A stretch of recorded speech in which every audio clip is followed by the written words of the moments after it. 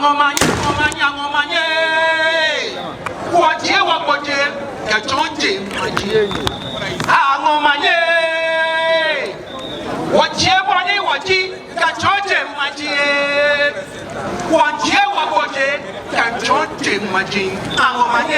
angomanye angme na mi to atumi ka jadin kleni atumi ka jodundia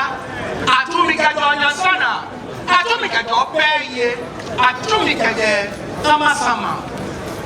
atumi ka je maira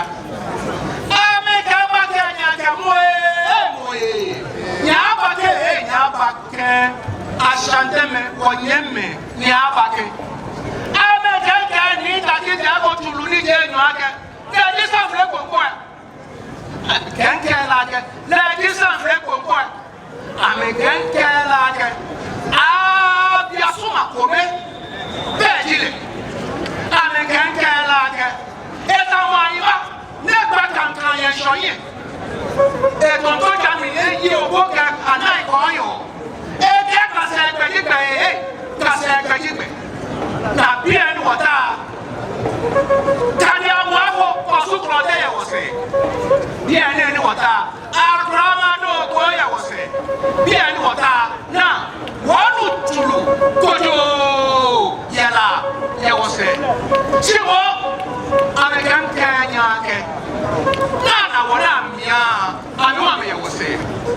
dina be amekoto okro ato amanuma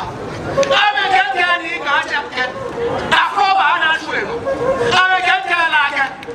wanya sueno amekan lake eshi akpani kajo amekan lake eye machoto ba amekan mwake kejangene kaya ka shandesna mone